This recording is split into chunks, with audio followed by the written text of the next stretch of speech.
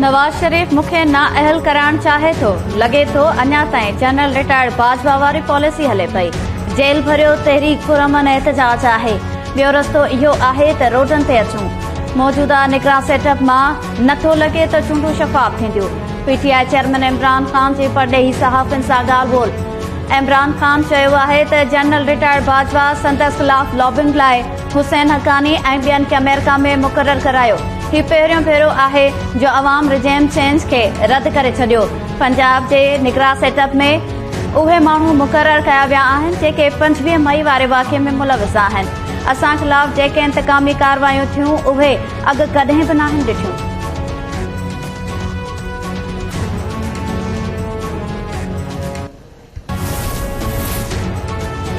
KP police सूबे में चूंडुनि दौरान दहशतगर्दी जो ख़दशो ज़ाहिर करे छॾियो। सिक्योरिटी यकीनी बणाइण लाइ पाक फौज ऐं एफसी जे जवाननि जूं ख़िदमतूं फराहम करण जो मुतालबो।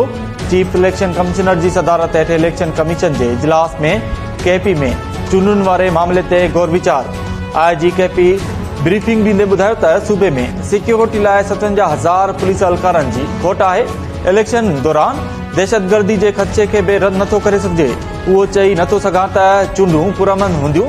चीफ इलेक्शन कमिश्नर चयो त चूंडुनि में पाक फौज ऐं एफसी जी मुक़ररी लाइ घरू ऐं बचाव वारी वज़ारत सां राब्ते में आहियूं।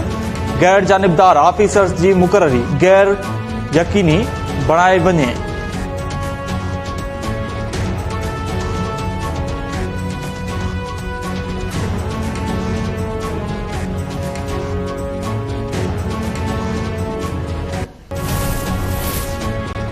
इमरान ख़ान जे क़त्ल जी साज़िश वारो इल्ज़ाम। आसिफ ज़रदारी लगाइण वारे केस में गिरफ़्तार शेख रशीद जी ज़मानत वारी दरख़्वास्त रद्द। इस्लामाबाद जी अदालत तफ़सीली फ़ैसिले में चयो आहे त शेख रशीद अॻूणे सदर आसिफ ज़रदारी मथां इल्ज़ाम लॻायो त हुन इमरान ख़ान खे क़त्ल करण लाइ दहशतगर्दनि खे पैसा ॾिना आहिनि। अहिड़ो बयान पीपल्स पार्टी ऐं पीटीआई विच में छिकताण पैदा कंदो। शेख रशीद घरू ऐं परॾेही वज़ीर ख़िलाफ़ ग़लति लफ़्ज़ इस्तेमाल कया। खे ज़मानत ॾिनी वई त इहो अहिड़ो बयान ॿीहर वरजाए सघे थो।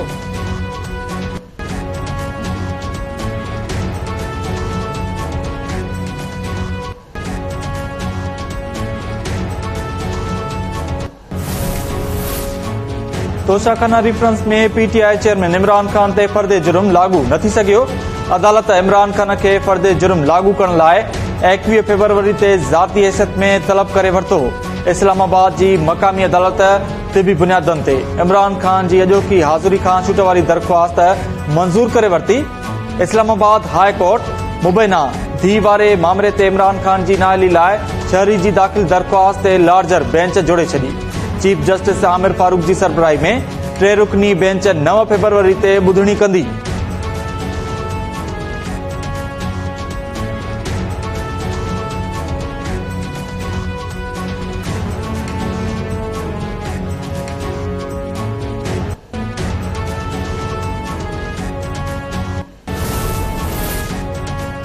पार्लियामेंट पंहिंजा तकरार पाण हल करे। अदालत जो कम नाहे त पार्लियामेंट जे तकरारनि खे हल करे।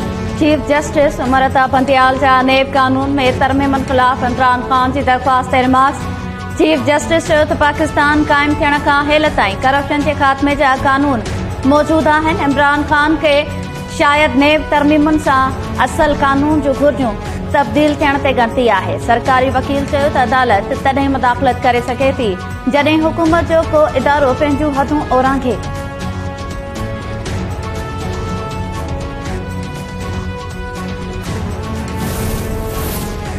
वफ़ाक़ी हुकूमत तुर्किया जे ज़िलज़िले मुतासिरनि जी मदद लाइ रिलीफ फंड क़ाइमु करे छॾियो। काबीना मेंबर्स 1 महीने जी पघार रिलीफ फंड में जमा कराईंदा। 18 खां 22 ग्रेड ताईं जे ऑफिसर जी 1 ॾींहं जी पघार बि फंड में जमा कराइण जो फ़ैसिलो। वज़ीर आज़म शहबाज शरीफ काबीना इजलास खे ख़िताब कंदे चयो त तुर्की पाकिस्तान जे ॿोॾि मुतासिरनि जी मदद लाइ अॻभरो रहियो। हू बि ॾुखे वक़्त में खे अकेलो न छॾींदा। हू पाण तुर्किया वञी रहियो आहे। रेस्क्यू टीमूं बि तुर्किया उमाणी वयूं आहिनि।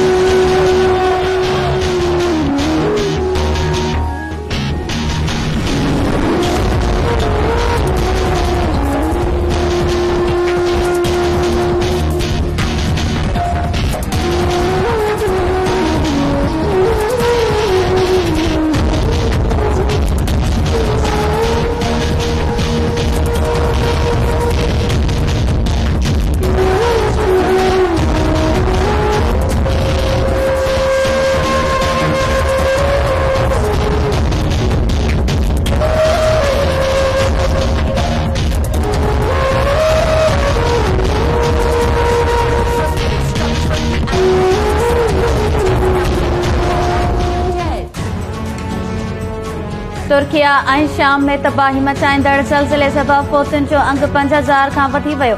इमारतुनि जे ढेर हेठां दॿियल माण्हुनि खे रेस्क्यू करण लाइ इमदादी कार्रवायूं जारी। सख़्त थधि ऐं बर्फ़बारी सबबि इमदादी कार्रवायुनि में ॾुखियायूं। 7.8 ऐं 7.6 जी शिदत सां आयल ज़लज़ले जे लोॾनि सबबि 5000 इमारतुनि खे नुक़सान पहुतो। हर पासे मलबे जा ढेर। तुर्किया में 3921 ऐं शाम में 1400 खां वधीक हयातियूं ज़ाया, 16000 खां वधीक ज़ख़्मी।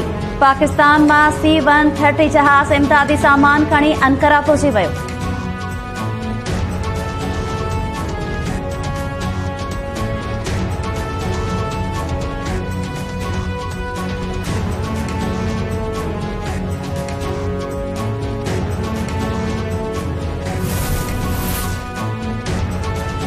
वज़ीर आज़म जी तुर्किया रवानगी सबब दहशतगर्दी जे मसइले ते हिकमत अमली जोड़ण लाइ 9 फरवरी ते सॾायल ऑल पार्टीज़ कॉन्फ्रेंस ॿीहर मुलतवी।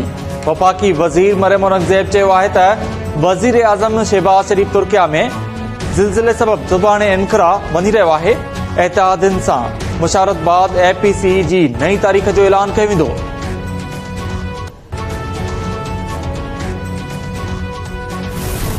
हजारों कारोबार बंद हो चुके हैं, लाखों लोग बेरोजगार हो चुके हैं। ये आपस की इनकी लड़ाई खत्म नहीं होती और जब बिल्कुल हाथ से इनके मामलात निकल गए हैं तो अब इन्होंने फिर कहना शुरू कर दिया कि वो इमरान खान का मुआहदा था। ओ भाई, इमरान खान का मुआहदा था तो ये आप मुज़ाकरात कर किससे रहे? ये IMF की टीम यहाँ पे क्यों आई हुई है?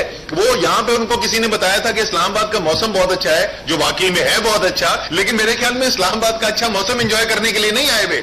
IMF की टीम यहाँ पे आई हुई है हुकूमत के साथ मुआहदे की नेगोशिएशंस करने के लिए। तो अगर मुआहदा पुराना इमरान खान का तो नेगोशिएशन हो किस बात पे रही है? IMF जो वफ़द इस्लामाबाद जी मौसम एंजॉय करण न पर हुकूमत सां मुआहदे लाइ आयो आहे। माण्हुनि जो कारोबार बंदि थी वियो, लखे माण्हू बेरोज़गार थी चुका आहिनि। हुक्मरान पाण में विढ़नि पिया। PTI अॻवान असद उमर लाहौर में प्रेस कॉन्फ्रेंस कंदे चयो त जेकॾहिं इमरान खान IMF सां मुआहदो करे वियो हो त हुकूमत छो ॿीहर ॻाल्हियूं करे रही आहे।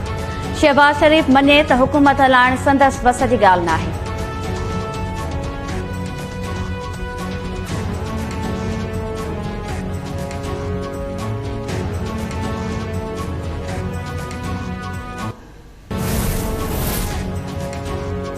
मुल्क में नवन सूबन बाबत जुड़ल कमेटी खिलाफ सिंध असेंबली में मज़मती ठहराव पेश।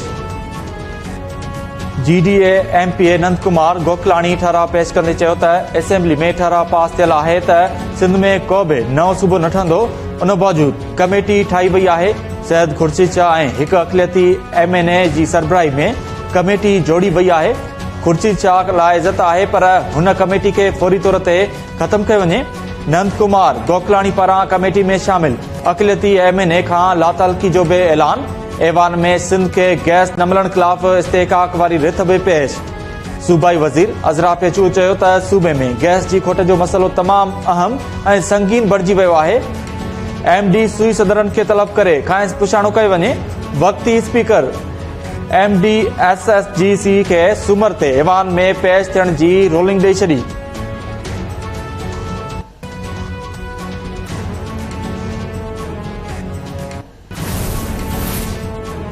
कराची जे इलाइक़े लियारी में 3 मासूम ॿारनि सां ज़्यादती जो इंकशाफ। ज़्यादती जो निशानो बणियल 2 ॿारियूं फोत थी चुकियूं। हा ॾाढ़ींदड़ वाक़े जो केस दाख़िल न थियो। नई जांच अॻिते वधी सघी। वारिस ऐं पुलिस ख़ामोश बणियल। लियारी जनरल अस्पताल में बेहोश हालत में आंदल 3 ॿारनि सां डॉक्टर ज़्यादती जी तस्दीक कई, जिन मां 2 फोत थी वियूं। लियारी जनरल अस्पताल इंतज़ामिया सिहत वारे सेक्रेटरी खे ख़त बि लिखियो पर सेक्रेटरी को क़दम न खयो।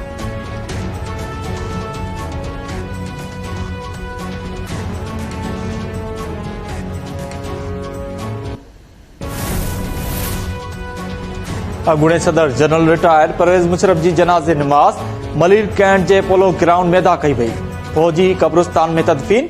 जनाज़े नमाज़ में वारसन, हाज़िर सर्विसिस फौजी ऐं रिटायर्ड ऑफिसर्स, सियासी अॻवाननि ऐं शहरनि शिरकत कई। परवेज़ मुशर्रफ 5 फरवरी ते दुबई जी अस्पताल में लाॾाणो करे वियो हो। संदसि मड़ गुज़िरियल राति देर सां दुबई खां कराची पहुचायो वियो हो।